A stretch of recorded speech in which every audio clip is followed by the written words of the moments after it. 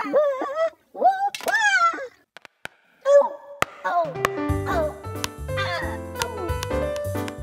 now, it's time for another Dice Tower review with Ryan Metzler.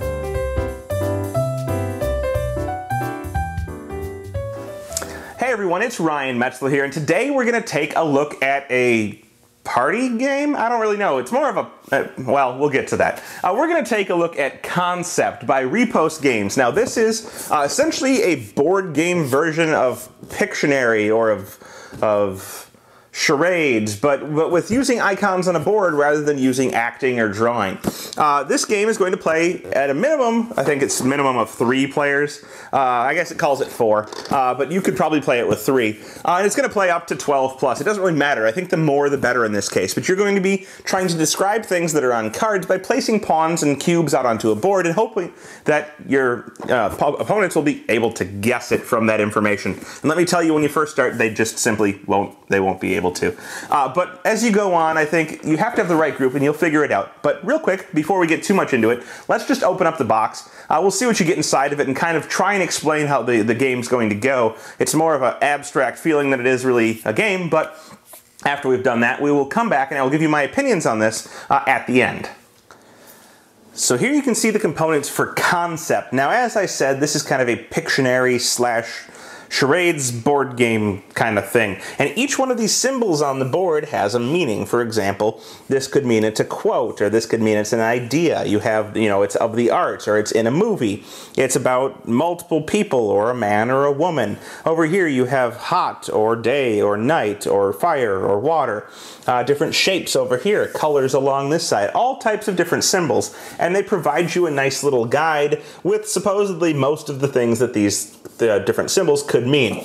Although you're going to want to be kind of abstract with it at times in order to try and make up your own meanings, because what you're looking for will not always be on this board. Now, the game is going to be played in teams, but the teams are going to be changing. So one player will start and the person to their left will be their teammate. And they're going to draw one of these cards. Now, on this card, you will see that there are different levels of difficulty, and I suggest starting with the easy, although it's much more fun to play with the hards. But let's take a look here. We have 1, 2, or 3 in easy. Cars, Yoda, or submarine. Well, being a huge Star Wars fan, I'm of course going to pick Yoda, and my team member's not going to argue with me because I'm just going to tell him what to do. But I'm going to pick Yoda, and now I have this card. I'm going to be trying to describe Yoda using the symbols on this board in order to try and get somebody else to guess them. If they do guess it, each one of my teammates is going to get 1 of these little light bulbs. So they get a light bulb, that's a point. The person that guessed it is going to get 2, a double light bulb. These double light bulbs are basically the timer on the game. When these run out, the game ends, and whoever has the most points wins. So you want your team to be good at trying to describe, but guessing the thing itself is actually better. So you're going to start, and you're going to start by trying to describe this using these little things out here. Like this is basically the main idea. So I'm going to say that it's a man. I'm going to put this out here, and the question mark is going to describe that this person is a man. And then I will use these little same colored cubes to describe things about the man. So, for example, why don't I go ahead and say, well, the man is green. It's a good start, but he could be a Martian still. The man is green. I could also go over here and say that he's green and short. That is a yellow cube, but I will use a green cube and say that he's both green and short. Now, I can also say that he is perhaps from a movie. So we'll say he's from a movie. And that movie is a science, so we'll go to science, and it is a fiction. We can find fiction out here, right here, and we'll say it's a science fiction movie. That science fiction movie could also be about war. So we now have a science fiction movie about war starring a green short man. That should be enough right there, I would think, for the opponent, for my other people to guess what it is. But if not, I could keep going on and describing different things. Maybe I could say that his home, using a new thing, happens to be, containing wood or plants, or I could say that it's kind of natural. And so he lives in a natural place. And then we're getting closer and closer to describing Yoda. So if somebody guesses it, they're going to get the double. Then the teammates of that team that are describing it, kind of placing these things out on the board, are going to get 1 point each, and you'll move on to the next one.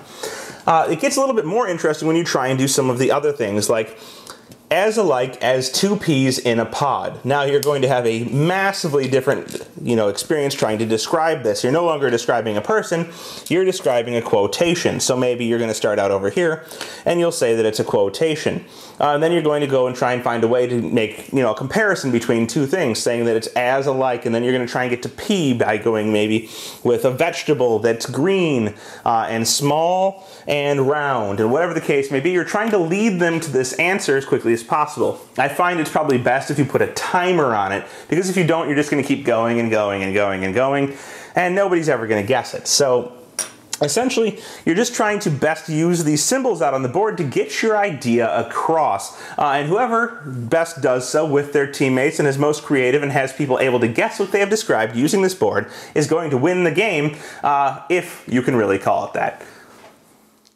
Well, there you have it. That is Concept by Repos. Now, you probably got the idea from the beginning that I don't really consider this a game. It's more of an activity than a game, and it's not fun as a game in and of itself.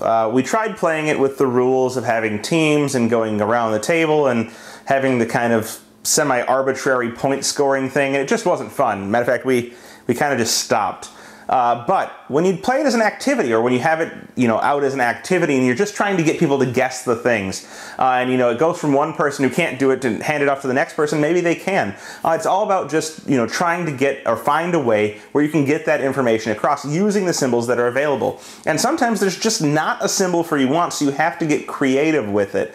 Like, for example, there's nothing for on top of or inside of. There are other symbols that kind of, allude to that by what they're shown, but if you're reading simply off of that sheet that tells you what they are, you're going to have some failures there. You're going to want to try and be creative with it and make up your own ideas. I do think it's very interesting as an activity. It's much like charades or Pictionary in that aspect, where I don't think they're fun games. They're just simply not a good time. But if you find a way to make it into an activity rather than a game, without the point scoring, without all of the structured parts of the game, it's a lot more entertaining, a lot more fun, and I think a good thing to have in your collection. I'm certainly going to keep this in mind because I do find it interesting, if not a game, but I can have fun with it outside of the structured game aspect. So if that sounds interesting to you, or you think the description of gameplay and kind of the abstractness of describing the various different things sounds interesting, definitely check it out. I'm not upset that I managed to get a copy and have one in my collection. It's one I'm going to keep and play. I just don't think that there's a great game there. So if it sounds cool, check it out. It's out there now available. Buy it from your game store, and hopefully you can have some fun with it too. Thanks so much for watching the Dice Tower videos. Find more great videos and reviews, as well as our top-rated audio podcast at Dicetower.com. You can also find other great shows at Dicetowernetwork.com. I'm Eric Summerer, and you've been watching The Dice Tower. The Dice Tower is sponsored by Cool Stuff Inc., where you can find great games for great prices. Cool stuff in stock. Check them out at CoolStuffInc.com.